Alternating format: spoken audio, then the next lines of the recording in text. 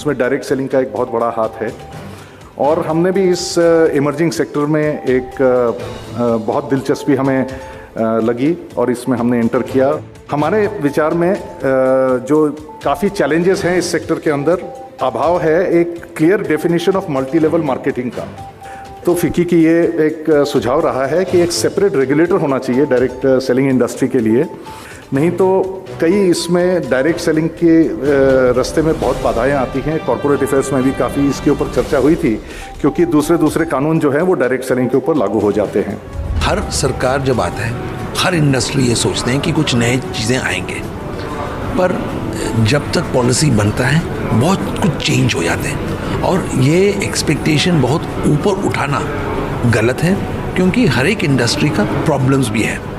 मैं direct selling के problems के बारे में बात करना चाहता हूँ, क्योंकि डायरेक्ट सेलिंग जो है, अगर रेगुलेशन इसमें नहीं है तो कई गड़बड़ हो सकते हैं और लोगों को काफ़ी नुकसान भी हो सकता है। हमारी एक्सपेक्टेशन है कि 2025 तक ये अबाउट 11 बिलियन डॉलर इंडस्ट्री बन सकती है। और इसकी सबसे अहमियत, इस इंडस्ट्री की सबसे बड़ी अहमियत है कि 60% इसमें एम्प्लॉयड विमेन है।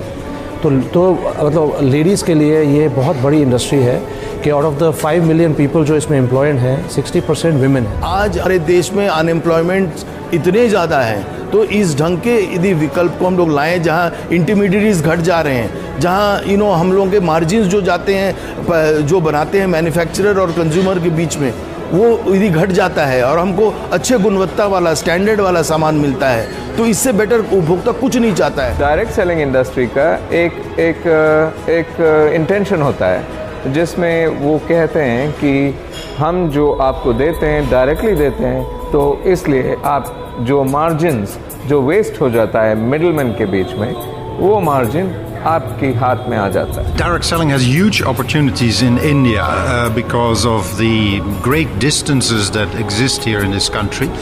So it's a perfect form of distribution in bigger countries. And also you have to be a bit social in nature in order to make it work, and entrepreneurial. And I think those ingredients exist heavily here in India. So it's all the ingredients are there for a great successful journey. 2 साल पहले direct selling का ये मुद्दा हमारे फिकी तक पहुंचा। We realized that this industry not only has the capacity to develop business, develop entrepreneurs, but also has capacity to serve consumers, reach out to millions and millions of people at all levels. Direct selling is not new. In fact, as a child growing up, the vegetable salesman coming to our doorstep, the sabji wala coming to your doorstep is something we've all grown up with. It is just old wine in a new bottle in terms of processes. In fact, FMCG companies in India have been involved with direct selling processes for years. All FMCG companies follow multiple channels of distribution. And when one talks about multi-level marketing, let me give you some examples of multi-level marketing in other forms of distribution, typically fast-moving consumer goods. The traditional FMCG distribution in India goes from manufacturer to CNF agent to distributor to trader to wholesaler to retailer and finally to the consumer. That's 7 steps. What is, however, extremely important and what is key to what all of us are here to ensure is that there is a level playing field.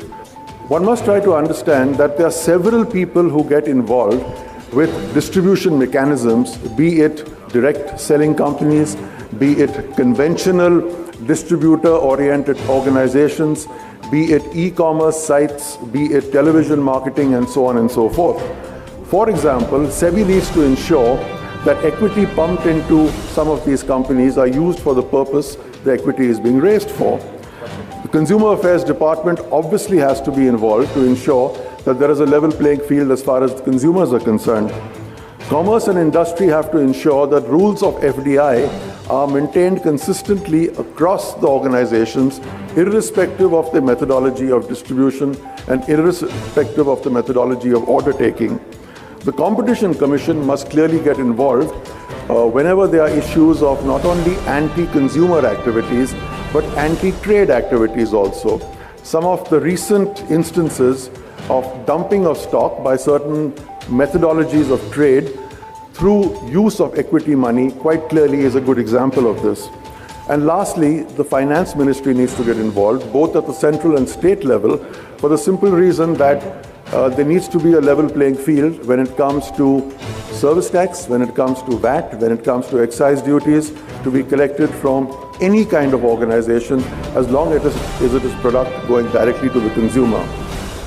Before I end, I have one request, sir, directly to you in Amway, and it has nothing to do with direct selling or direct marketing at all.